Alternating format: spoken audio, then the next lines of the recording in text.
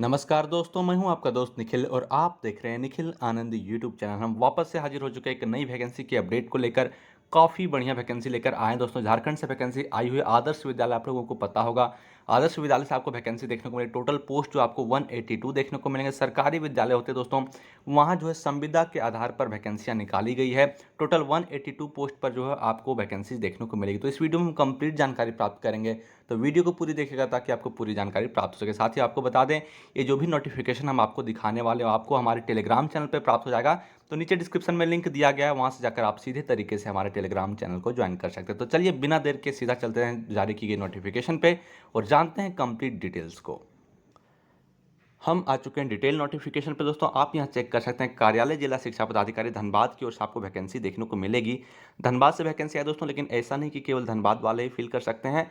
आप झारखंड के किसी भी जिले से बिलोंग करते हैं, बिल्कुल आवेदन दे सकते हैं। और साथ ही उम्मीद जताया जा रहा है कि अन्य जो जिले हैं वहाँ से भी आपको जल्द ही ऐसी वैकेंसी देखने को मिलेगी। तो बिल्कुल आप तैयार रहिएगा। आगे उनके द्वारा बताया गया, जिले में 19 चयनित आदर्श विद्यालयों में संविदा के आधार पर उच्च विद्यालयों में मान्यता प्राप्त संस्थान से स्नातक प्रशिक्षित एवं +2 विद्यालयों में स्नातकोत्तर प्रशिक्षित शिक्षकों की नियुक्ति हेतु आवेदन पत्र दिनांक 26/9/2022 तक जिला शिक्षा पदाधिकारी कार्यालय धनबाद में निबंधित डाक के माध्यम से निम्नलिखित शर्तों के साथ आमंत्रित किए जाते हैं। तो बेसिकली जो आपको वैकेंसी है +2 विद्यालय में और उच्च विद्यालय यानी कि हाई स्कूल में देखने को मिलेगी। जो वैकेंसी दोस्तों, उसका लास्ट डेट फिल करने का 26/9/2022 रखा गया। हालांकि इस पर हम डिटेल चर्चा करेंगे, कहाँ आपको सेंड करना है, कैसे सेंड करना है, क्या एप्लीकेशन का फॉर्मेट रहने वाला है, तो उस पर थोड़ा डिटेल में हम बात करेंगे थोड़ी देर बाद। उससे पहले आपको सबसे पहले बता दें क्या एज लिमिट रखी गई है। तो जो भी सामान्य कोटि के कैटेगरी के लोग हैं, उनका अपर एज लिमिट जो है 40 ईयर्स देखने को मिलेगी। महिला, चाहे वो अनारक्षित वर्ग के हों, पिछड़ा वर्ग के हों या अत्यंत पिछड़ा वर्ग के हों, उनका अपर एज लिमिट 43 ईयर्स रखा गया है। अन्य पिछड़ा वर्ग के लिए 42 ईयर्स और अनुसूचित जाति और जनजाति के लिए 45 ईयर्स जो आपको अपर एज लिमिट देखने को मिल जाएगा। वहीं बात करें आपकी जो न्यूनतम आयु रहना चाहिए वो 21 वर्ष आप यहाँ चेक कर सकते हैं। और जो भी दिव्यांग कैटेगरी के लोग हैं, हर एक कैटेगरी में उनको 5 वर्षों का जो आपको एज रिलैक्सेशन देखने को मिल जाएगा। आगे कुछ और पॉइंट्स उनके द्वारा दिए गए हैं। सबसे पहला पॉइंट है, शैक्षणिक योग्यता मान्यता प्राप्त संस्थान से होना आवश्यक है। नेक्स्ट बताया गया है, इनकी नियुक्ति अल्पकालीन वार्षिक संविदा आधारित नियुक्ति की व्यवस्था अगले आदेश तक अथवा नियमित शिक्षकों के पदस्थापन तक जो पहले हो तक लागू रहेगी। बेसिकली बताया गया, यदि आपका सिलेक्शन होता है इसमें जो संविदा आधारित नियुक्ति निकाली गई है, तो आप कब तक कार्य करने वाले हैं। इसमें बताया गया है, जो अभी पीजीटी की प्रक्रिया चल रही है वो यदि कंप्लीट हो जाती है, उनका रिक्रूटमेंट हो जाता है, पोस्टिंग हो जाती है, तब तक जो है आप कार्य करेंगे। अन्यथा अगले आदेश तक, जब भी सरकार को लगे कि अभी तक हमको रखना है, तब तक बेसिकली आप मान के चलिए 1 वर्षों तक है। बाद में जो आपको एक्सटेंशन प्राप्त हो सकता है, तब जो है आप 1 वर्षों तक बेसिकली आप कार्य कर सकते हैं। मोटे तौर पर आप इस बात को मान के चलिए, क्योंकि जो अभी पीजीटी की वैकेंसी चल रही है 1 साल में तो ये कंप्लीट नहीं होने वाली है, ये लगभग तो तय बात है। तो आप 1 वर्षों तक जो है बेसिकली यहाँ कार्य करने वाले हैं। उसके बाद भी यदि नहीं होती है नियुक्ति, तो आपको जो फर्दर एक्सटेंशन यहाँ प्राप्त हो सकता है। आगे सैलरी के बारे में बताया गया है, संविदा शिक्षक को मासिक आधार पर स्नातकोत्तर प्रशिक्षित शिक्षकों को प्रत्येक माह 27,500 रुपये एवं स्नातक प्रशिक्षित शिक्षकों को 26,250 रुपये भुगतान किया जाएगा। तो सैलरी जो देख सकते हैं, ठीक ठाक सैलरी आपको यहाँ देखने को मिल जाएगी। नेक्स्ट पॉइंट नंबर 5 में बताया गया है, संविदा के आधार पर कार्य शिक्षक को नियमित नियुक्ति हेतु कोई दावा अधिकार जो है नहीं होगा। ये सब बातें जो है आप यहाँ अपने से समझ सकते हैं। नेक्स्ट पॉइंट नंबर 6 में बताया गया, यदि शिक्षक कार्य दिवस पर अनुपस्थित रहते हैं तो उस कार्य दिवस के भुगतान का हकदार नहीं होंगे। कर्तव्य पर अनुपस्थिति के मामले में अनुपातिक आधार पर भुगतान किया जाएगा। यानी बेसिकली जो यहाँ सैलरी बताया गया है, प्रत्येक माह 27,500 रुपये मिलेंगे। लेकिन यदि आप जितने भी वर्किंग डेज होते हैं उसमें कार्य कीजिएगा, तब 27,500 मिलेंगे। यदि आप अब्सेंट रहते हैं, किसी कारणवश नहीं आते हैं, तो उस दिन का जो है आपका पेमेंट काट लिया जाएगा और उस हिसाब से जो आपको यहाँ पेमेंट मिलने वाला है। काम के घंटे नियमित शिक्षकों के समान होंगे, यानी जो रेगुलर टीचर हैं, परमानेंट टीचर्स हैं, वो जितना देर कार्य करेंगे उतना ही कार्य आपको भी यहाँ करना पड़ेगा। असंतोषजनक कार्य पाए जाने पर अथवा शिकायत पाए जाने पर स्पष्टीकरण पूछकर 1 माह के नोटिस पर संविदा समाप्त की जा सकती है। तो इसी बातें आपको बताएगी दोस्तों, इस सब पॉइंट का आप ध्यान रखिएगा। बेसिकली आप एज लिमिट के बारे में और सैलरी के बारे में 2 इंपॉर्टेंट चीज़ जो है यहाँ आपको देखने को मिलेगी। आगे नियुक्ति और चयन की प्रक्रिया के बारे में बताया गया है, उपायुक्त धनबाद द्वारा गठित चयन समिति साक्षात्कार एवं व्यवहारिक कक्षा के अवलोकनोपरांत तैयार मेधा सूची के आधार पर अभ्यर्थियों के चयन करेगी। यानी बेसिकली बताया गया आपका नियुक्ति का क्या प्रक्रिया रहने वाला है। तो उपायुक्त जो डीसी हैं धनबाद के, उन्होंने एक समिति बनाया है। वो समिति जो आपका साक्षात्कार यानी कि इंटरव्यू लेगी।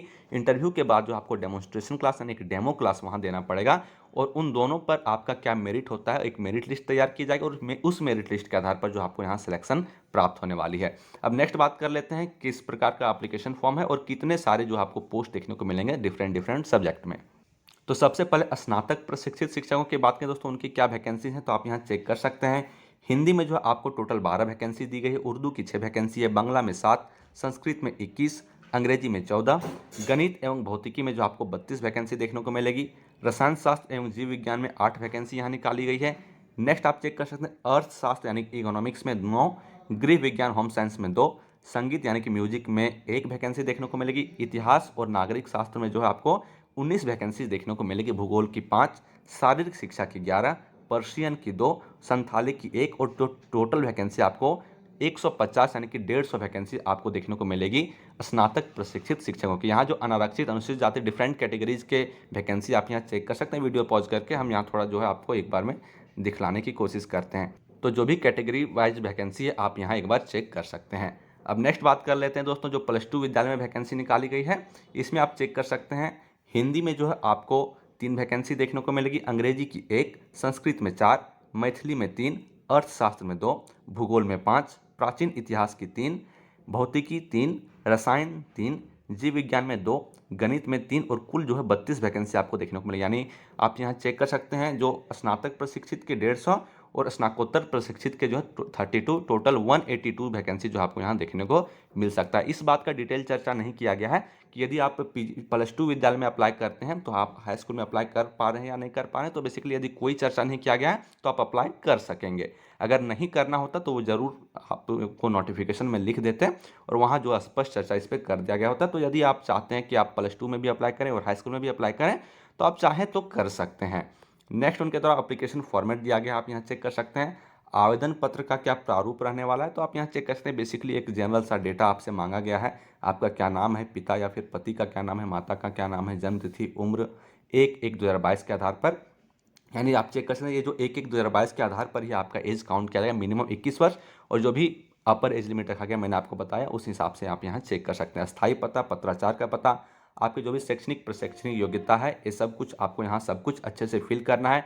मोबाइल नंबर, आधार नंबर, पहचान चिन्ह, ये सब जो भी है आपको मांगा गया है ये सब आपको फिल करना है। नोट में दिया गया है, ये काफ़ी इंपॉर्टेंट है, सभी शैक्षणिक प्रशैक्षणिक प्रमाण पत्रों को अभिप्रमाणित प्रति संलग्न करेंगे। यानी जो भी आपकी एजुकेशन क्वालिफिकेशन के डिटेल्स हैं, आपके सर्टिफिकेट्स हैं, मार्कशीट हैं वगैरह जो भी चीज़ें होती है आपको सेल्फ अटेस्टेड फॉर्म में इसके साथ अटैच करना है और अटैच करके जो भी अभी हम आपको एड्रेस बताएंगे क्या प्रक्रिया आवेदन करने का उस हिसाब से जो आपको सेंड कर देना है। आरक्षण के लाभ हेतु जाति प्रमाण पत्र झारखंड सरकार द्वारा निर्गत एवं आवासीय प्रमाण पत्र संलग्न कर सकेंगे। यानी बाहर के कैंडिडेट आवेदन दे सकते हैं दोस्तों।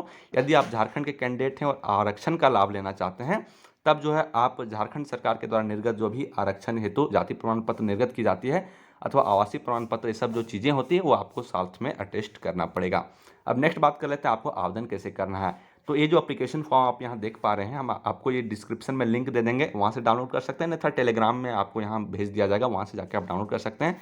इसका प्रिंट आउट निकलवाइएगा, अच्छे से इसको फिल कीजिएगा और जो भी डिटेल आपका क्वालिफिकेशन डिटेल्स हैं वो सब कुछ आपको इसमें अटैच करना है और भेज देना पड़ेगा निबंधित डाक के द्वारा। आप यहाँ चेक कर सकते हैं आपको भेजना कहाँ है तो आप यहाँ चेक कर सकते हैं, दिया गया है पत्राचार का पता जिला शिक्षा पदाधिकारी धनबाद, मिश्रित भवन धनबाद, पिन कोड 826001 में जो आपको ये एप्लीकेशन फॉर्म रजिस्टर्ड पोस्ट यानी कि निबंधित डाक के द्वारा भेज देना है। लास्ट डेट 26/9/2022 रखा गया है। इसके पहले आपको एप्लीकेशन फॉर्म किसी भी हर हाल में पहुंच जाना चाहिए। यदि इसके बाद आपका एप्लीकेशन फॉर्म वहां पहुंचता है तो वो वैलिड नहीं मानी जाएगी। नेक्स्ट बात करें क्वालिफिकेशन की तो जो भी स्नातक प्रशिक्षित मांगा गया है और स्नातकोत्तर प्रशिक्षित मांगा गया ये चीज़ें जो है आप यहाँ साफ तरीके से बता दिया गया है, आप चेक कर सकते हैं। एक बार आप एप्लीकेशन फॉर्म फिल करने से पहले इस नोटिफिकेशन को डिटेल में अच्छे से खुद से भी पढ़ लें, उसके बाद ये आवेदन फिल करें। तो ये थी कंप्लीट जानकारी दोस्तों। यदि आप एलिजिबल तो अवश्य अप्लाई करें। किसी प्रकार की कोई डाउट रह जाती है तो नीचे कमेंट सेक्शन में बता दें, हम प्रयास करेंगे आपकी जो भी क्वेरी हो उसे जल्द से जल्द सॉल्व कर सके। तो ये थी कंप्लीट जानकारी। यदि आपके मन में किसी प्रकार की कोई क्वेरी हो तो नीचे कमेंट सेक्शन में बताएं। वीडियो को पूरी देखने के लिए थैंक यू सो मच।